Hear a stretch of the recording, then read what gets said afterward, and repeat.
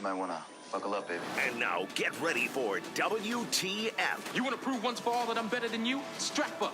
Bring it on, Big Brother Tim, man. Whose take is first? Brought to you by TireOutlet.com.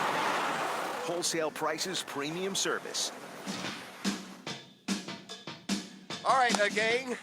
Oh, yeah. Time to unleash on you the fury. The take of fury. That's correct. Or fury, yes. One of the two.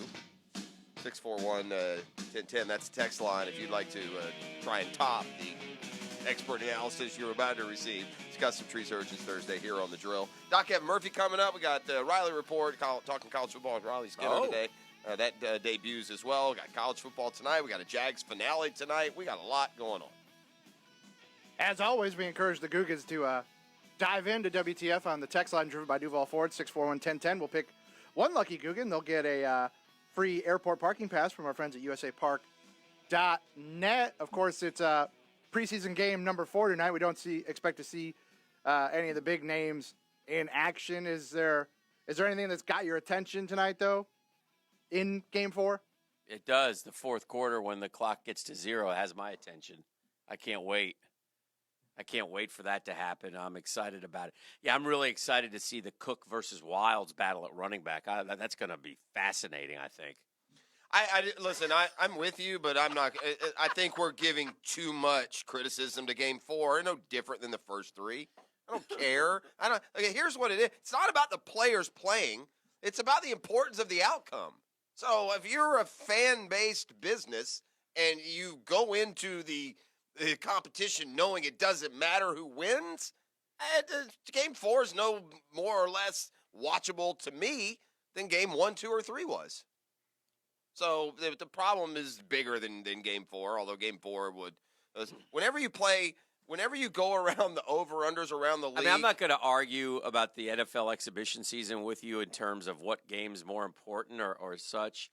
But at least in Game 3, I know those guys are playing a half. Yeah, I know. But it doesn't for what? To prove at least I get to see them, though. Yeah.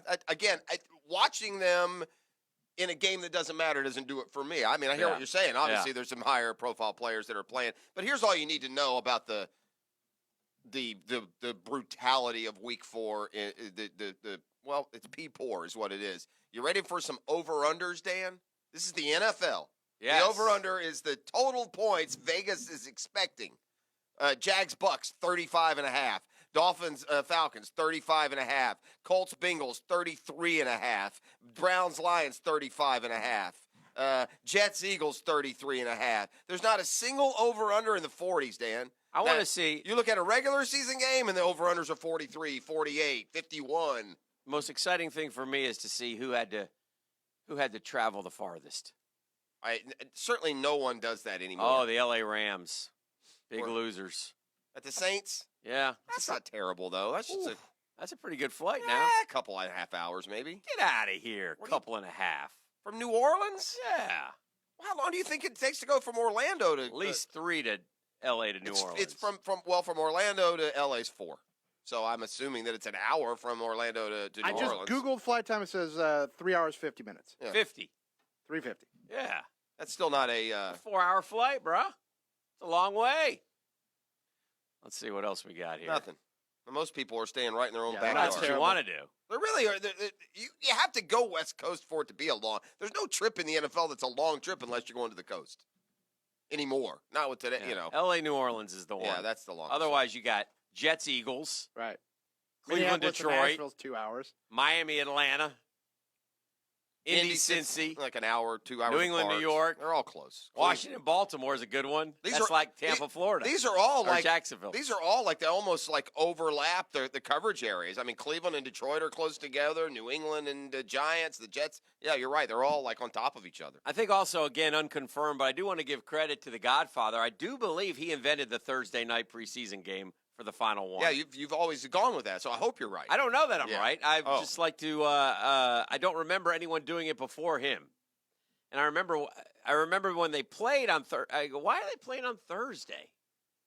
And then you come to realize, so that would allow them to get a jump on it. Now there's no jump. Everybody's done it at the same time. So they all go to work on their next opponent.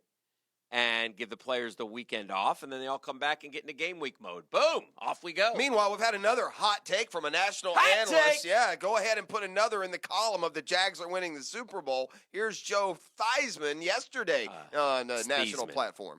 I've got 20 seconds left. In those 20 seconds, can you tell me who is going to win the Super Bowl this year so that I can get in early on the betting line? The Jacksonville Jaguars. Oh. Whoa.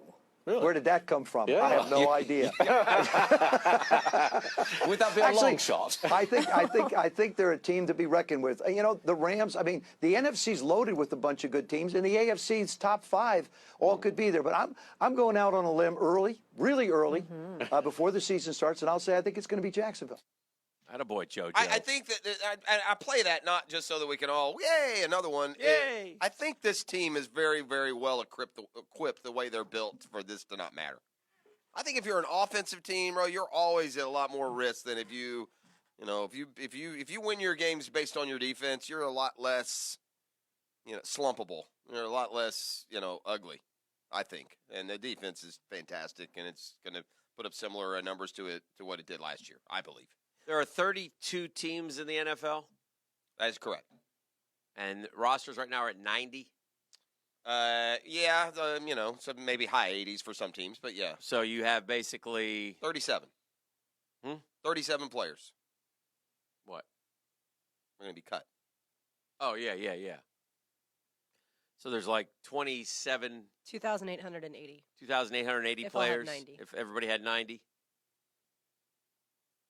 Take 35 off a team. That's how many are sitting tonight. 35 times 32. I think some teams will play. I don't know.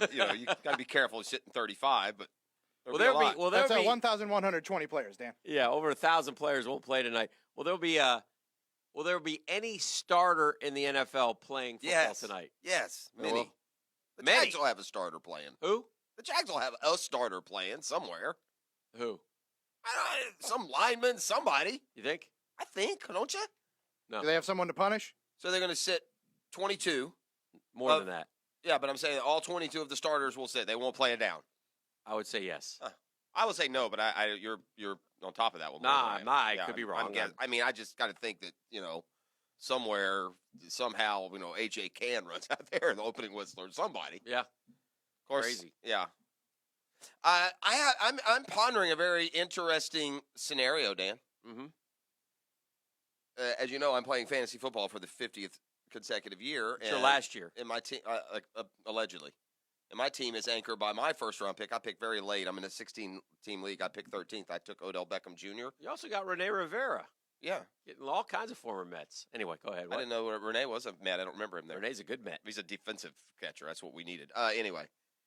I am seriously considering, I don't know if this has it ever been done in the history of fantasy football, that a player, a fantasy owner, has benched his first-round pick in week 1. Who is your player? Odell Beckham Jr. And I'm Probably been done. I'm seriously considering Wow. sitting him for that first week. Listen, here's why, Dan. I don't care if you're Antonio. Look at Antonio Brown's game log. Guess what's on there? 4 catches, 43 yards. 6 catches, 41 yards. They have 4 or 5 games a year where they catch a handful of balls with no touchdowns and 40 to 60 yards. And if Odell Beckham Jr. is going to have that game this year, wouldn't it be against Jalen Ramsey, A.J. Boye, and the Jags? Or no, you never sit that guy. Never sit him. Yeah? No. I have a feeling that Eli Manning is going to just fall off the absolute planet this year. He might. Yeah, that concerns me. I immediately regretted my first-round pick. I was when going to started say, so thinking then about that was not a smart choice. Odell may be good at. Hey, listen, Allen Robinson caught 1,000 balls around here when Blake Bortles couldn't hit a barn. So if he does, let's hope it's week 1 that it happens. Well, no, I don't need that. I just need the Jags to win week 1. But for the fortitude of my fantasy squad, we need them to stay at least relevant. The Giants. Who is the backup quarterback for the Giants? The big kid from Cal, I guess, Davis Still Webb. Davis Webb? I say still. I mean, not like he's been there 10 years. Yeah, that's who I would think. All right. What else? Anything else jump out at you?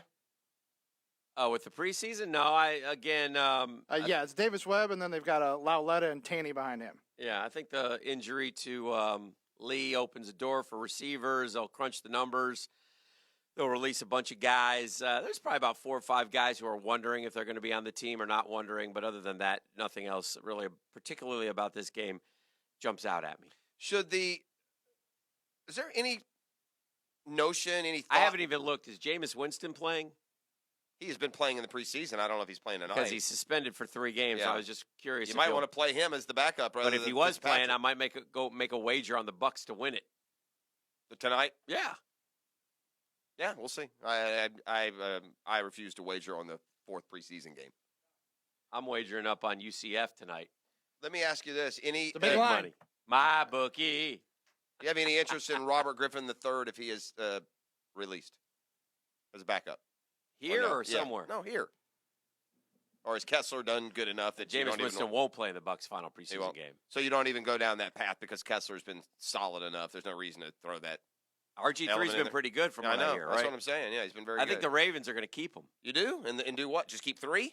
I don't think they're quite ready to. I don't think they want to throw just because Lamar Jackson went 7 of 10 in the 3rd preseason game. Or 4th preseason game for him. Remember, they played an extra one. I don't think necessarily they're ready to say, all right, we're just going to make him the backup in case something happens to Flacco, because Flacco's pretty durable, but I think they'd feel more comfortable with RG3 trotting out there than Lamar Jackson at this point. Flacco has responded, by the way, to all this competition. He's had a pretty good preseason. Very good. The reason I ask is there's that ex-agent Joel Corey who does work for CBS, and he's listed 10 players he thinks are in danger, on the roster bubble, and RG3's the only one on there that made any sense to me, that mattered to me. That's why I would ask you. Doc Kevin Murphy is next. We'll ask him about Marquise Lee and Andrew Luck suddenly apparently with a foot injury to go along with that shoulder, and much more as we continue on a Custom Tree Surgeons Thursday on The Drill.